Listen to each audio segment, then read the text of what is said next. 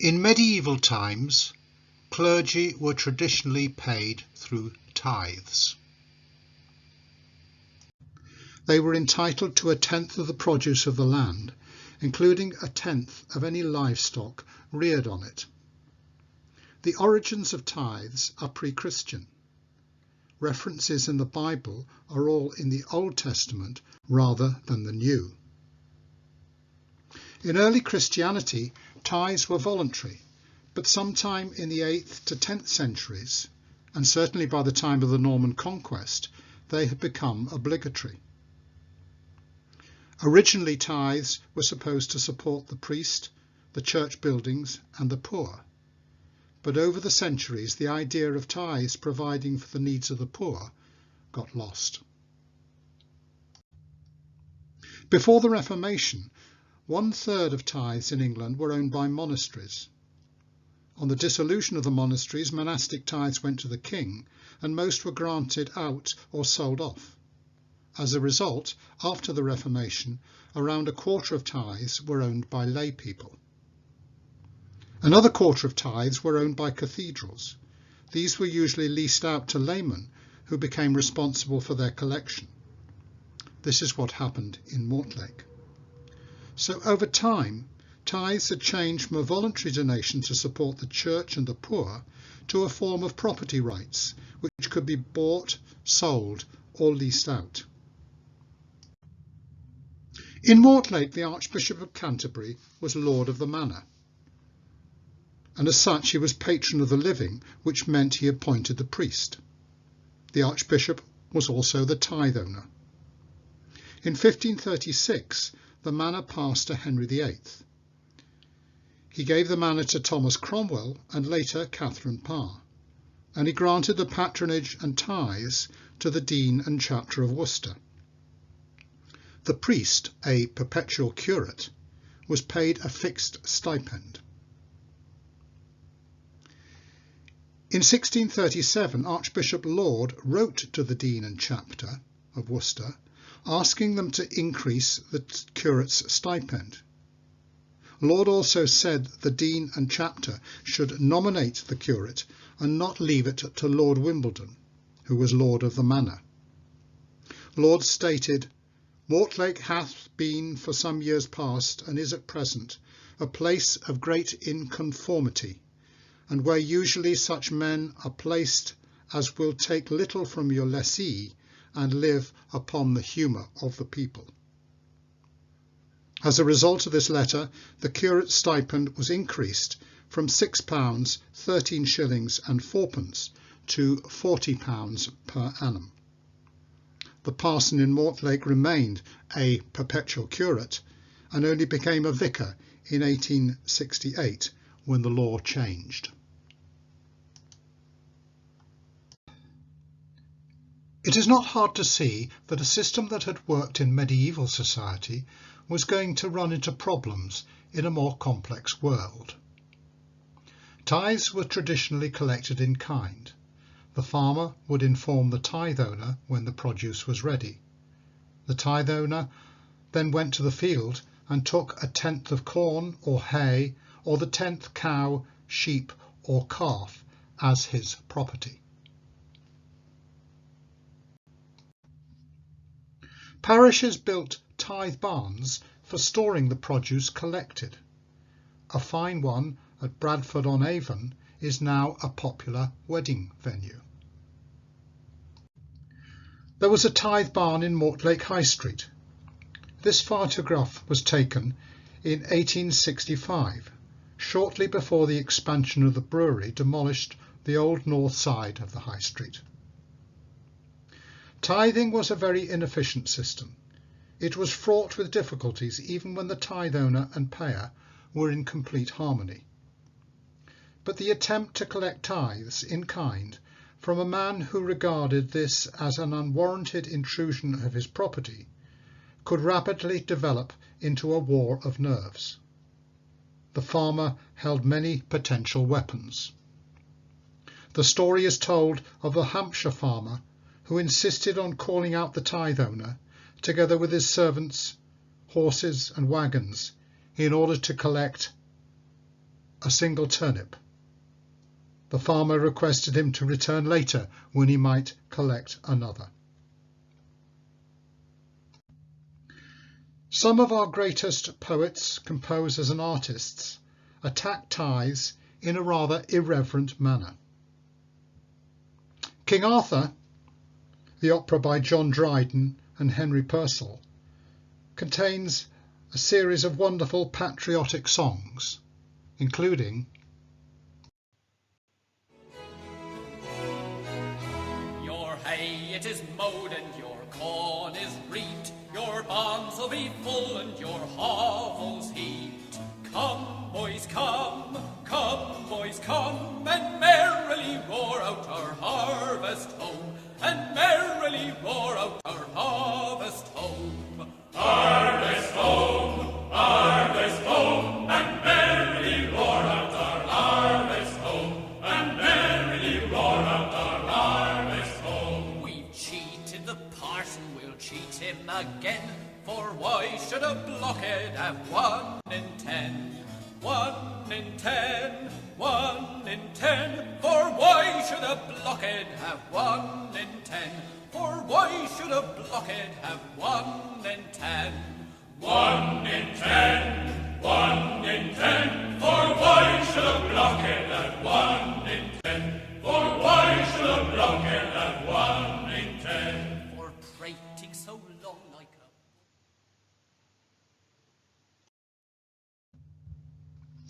a... And here is a picture by Thomas Rowlandson. Although all agricultural produce was subject to tithes, the satirists concentrated on pigs.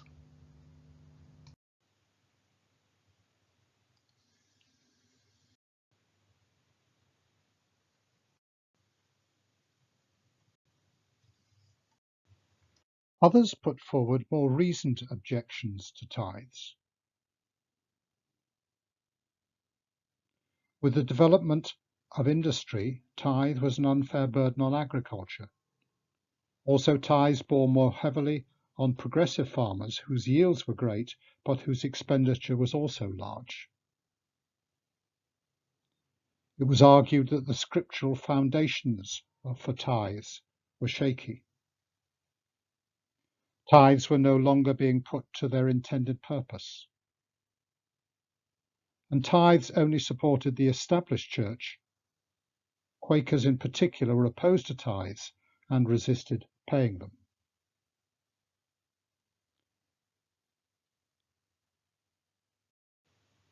This is what one layman thought in 1773.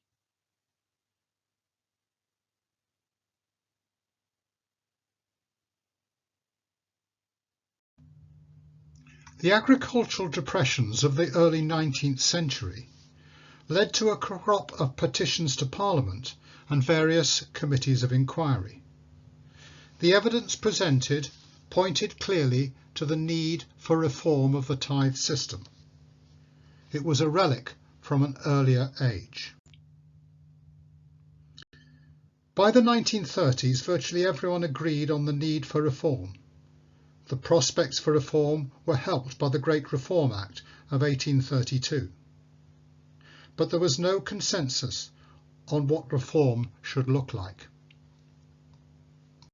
After many attempts at legislation, the Tithe Commutation Bill finally received Royal Assent on the 13th of August 1836.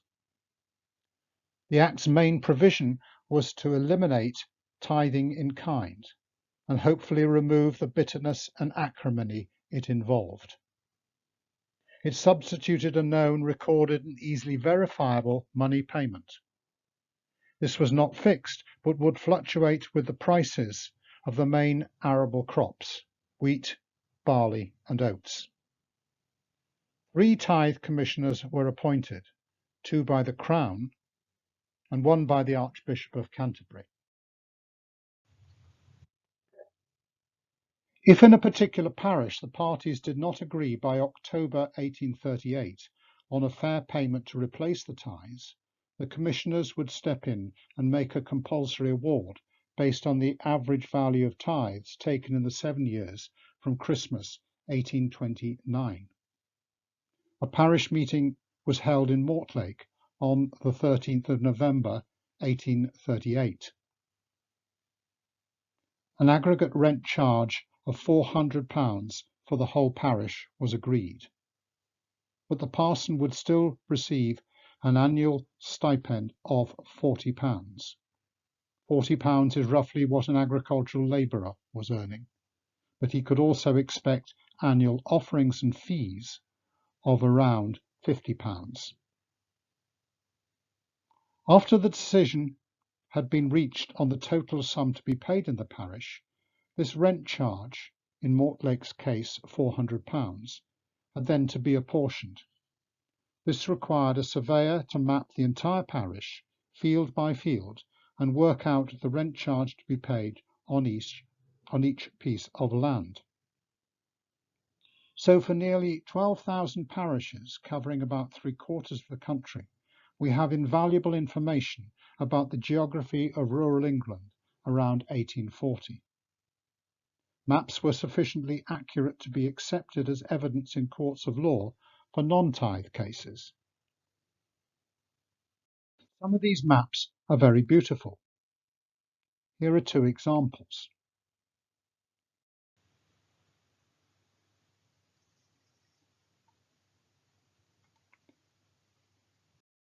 The Mortlake map isn't quite as pretty as these. The original Mortlake tithe map was 5 foot by 6 foot, drawn at a scale of 3 chains, that is 66 yards, to the inch. But it is the detail that is fascinating.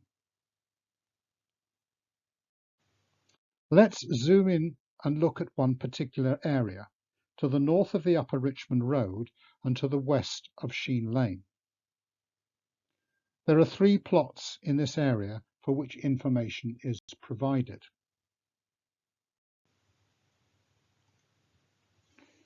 Plot 184, a house and garden owned and occupied by the Reverend Edward Patterson, of whom I can find no trace. Plot 196, a paddock and orchard owned and occupied by Penley's devisees. Penley was a market gardener who had a number of fields, notably one on the site of the old manor house and now the Mortlake brewery site. But Penley was dead by 1838 and his estates were being wound up, hence it belonged to his heirs or devisees.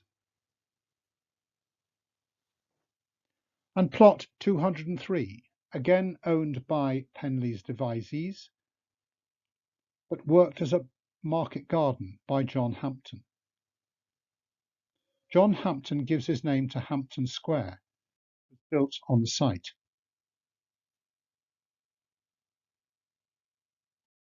The rent charge for each plot is given in pounds, shillings and pence, which I assume you are familiar with. The area, however, is measured in ARP, which probably requires some explanation. An acre is an area covered by a chain, 22 yards, by a furlong, 220 yards. An acre is divided into 4 roods, and each rood into 40 perches, a perch being 5.5 yards by 5.5 yards. In metric measurement, things are much simpler, if less fun. A hectare is simply 100 meters by 100 meters. What I have done is to clean up the map and use it to show the information about each piece of land.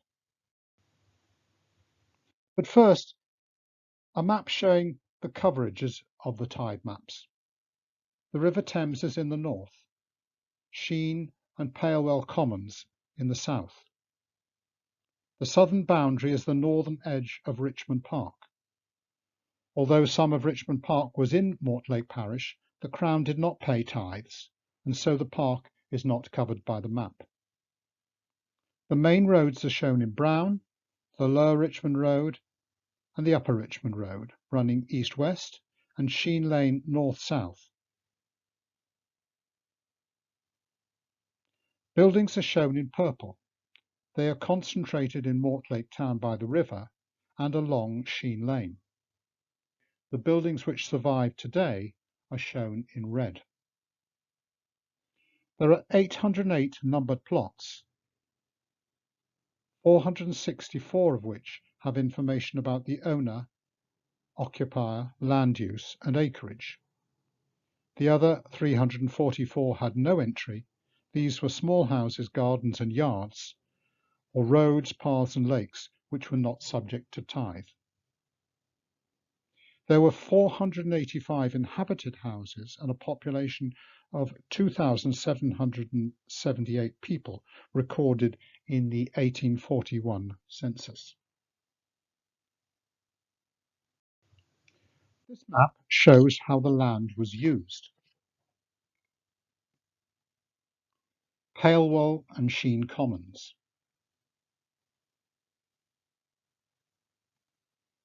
The grounds of the grand houses.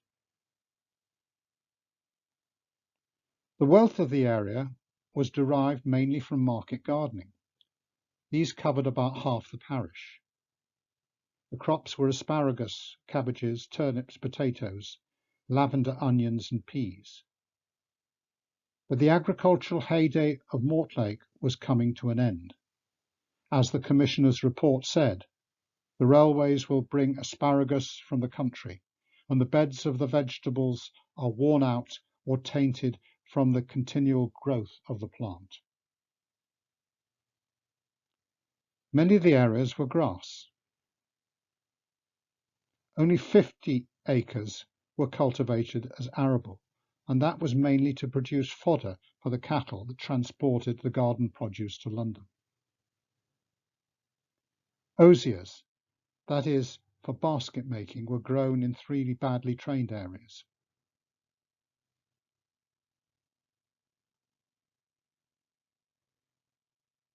The transport of vegetable produce to London would have encouraged the making of baskets. Owner's map. This map identifies 9 landowners who owned more than 25 acres. Of these, 2 dominate. General Popham with 267 acres and Thomas Fitzgerald with 195.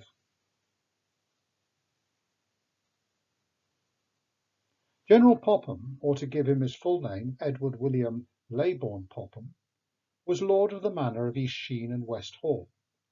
This sub-manor of the manor of Mortlake was bought by John Juxton in 1619 and passed through marriage to the Taylor family.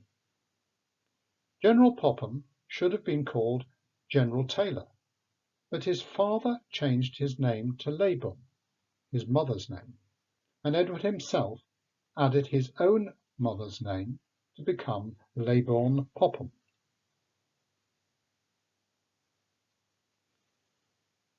Popham occupied just 7.5 acres in the Mortlake parish as his country seat, West Park.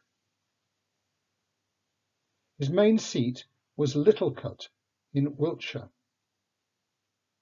Littlecut House is now a country hotel where you can dine at the Popham restaurant. His holdings in Mortlake were small compared with large land holdings he had in Somerset. He is locally remembered today only through a short stretch of the Lower Richmond Road, Popham Gardens, and at the edge of the old parish, now in part of Kew, Leybourne Road. Thomas Fitzgerald was an absentee landlord, though John Eustace Anderson suggests Fitzgerald owned Marsham Lodge and lived in it in the 1860s and 1870s, though this is not confirmed in the censuses. He is recalled today in Fitzgerald Road and Fitzgerald Avenue.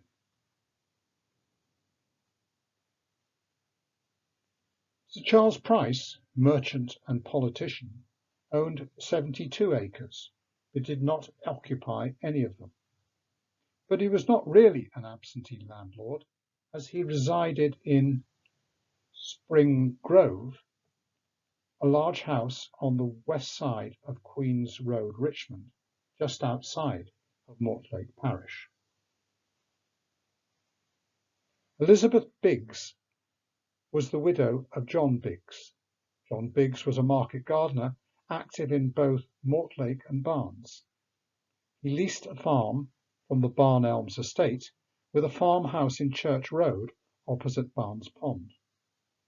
He also owned 45 small cottages in Mortlake, some of which would have been occupied by his workers. John Biggs died in 1837, leaving bequests to the poor of both Barnes and Mortlake, and for the maintenance of his tombstone in Barnes churchyard forever.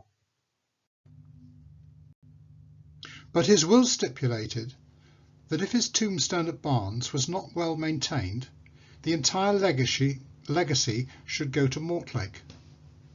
Having looked at it, I suppose it is in good enough state for Mortlake not to be able to claim the money. Shows John Biggs surveying his lands in Mortlake. The Biggs holdings in Mortlake had diminished by the time of the tithe map, when Elizabeth had been widowed for almost a year, but she was still the fourth largest landowner and the second largest land occupier in Mortlake. Who occupied and farmed the land? Although the Biggs farmed their own land, and in addition some they rented, neither Popham, Fitzgerald or Price farmed their own land. They rented it out to others, mainly market gardeners.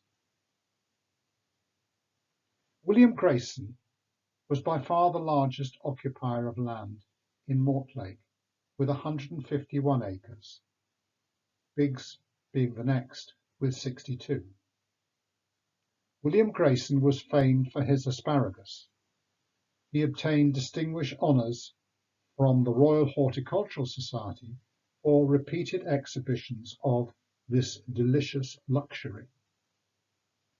In June 1832, he presented to the Duchess of Bedford a bundle of asparagus consisting of 11 heads, weighing 29 pounds.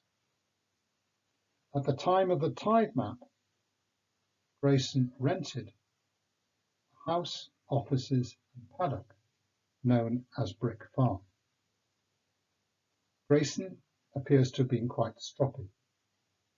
At the parish meeting on the 8th of April 1840, he objected first to market gardening having a higher charge than other land use, and second to the measurement of one small piece of his own land. In 1847, Grayson refused to contribute to the repairs of an open sewer called Black Ditch. But a year later, on a dark night, he fell into the Black Ditch and was drowned. Large numbers attended his funeral. He was placed in one of his own wagons drawn by his own horses, which had large black feathers on their heads. William Atwood and his son Richard, between them, occupied 105 acres. William became secretary to the Market Gardeners Association, a group of market gardeners who worked within 12 miles of London. They met regularly in a room above the Rainbow Tavern in Covent Garden. William was living at Pink's Farm, and Richard at a farmhouse on the extreme northwest of the parish, known as Leybourne Lodge. The map also shows two grandees living in their own estates: William Gilpin of Palewell Lodge and the Marquis of Aylesbury, in Sheen House. One of the interesting features of the map is the difference between the plots of land on the west and east of the parish. In the west they are largely rectangular fields, but in the east we see the remnants of medieval strip farming.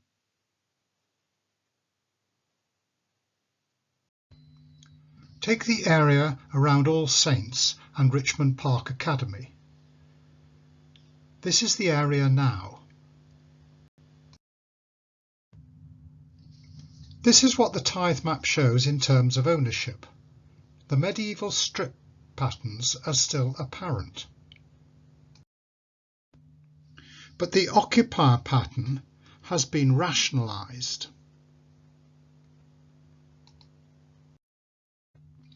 And in terms of land use, fields are either grass or market gardens.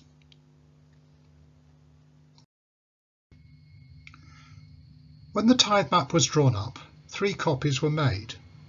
The first was retained by the tithe commissioners. This copy ends up in the National Archives. The second copy was for the diocese. Mortlake's was in rather a poor state and eventually went to the County Record Office, now the Surrey History Centre in Woking. The third copy was for the parish, but this parish copy disappeared sometime in the second half of the 19th century. Then in 1996 it appeared in a second-hand bookshop in Sheen Lane. This came to the attention of the county archivist, who immediately claimed it for the Surrey Record Office as an official government document, and it now forms part of the Mortlake parish records. Does commutation resolve the issue of tithes? The 1836 Act only abolished tithes in kind.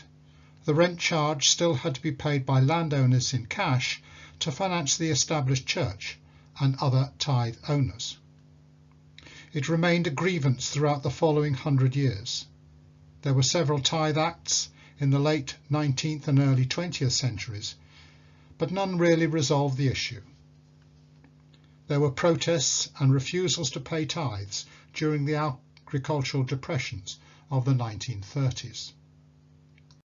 For instance, the novelist Doreen Wallace, who was wife of the farmer Roland Rash at Rotham Manor in Suffolk, agitated against the high tithe taxes that farmers had to pay to the church, and in 1934 her husband refused to pay them. When bailiffs tried to remove livestock from his farm, there was a large demonstration and a tractor was used to barricade the entrance to the manor.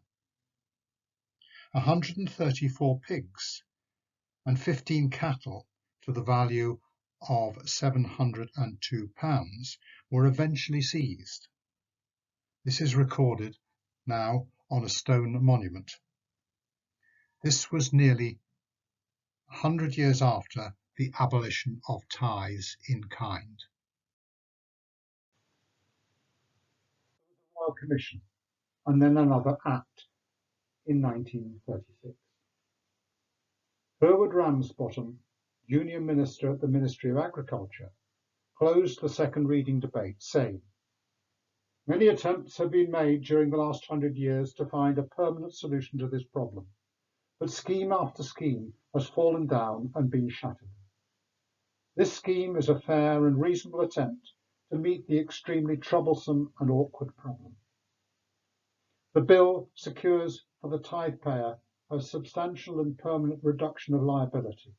The tithe owner is being compensated on what is, in all circumstances, a fair scale. He is to receive a gilt-edged security, and special provision is being made for him in hard cases.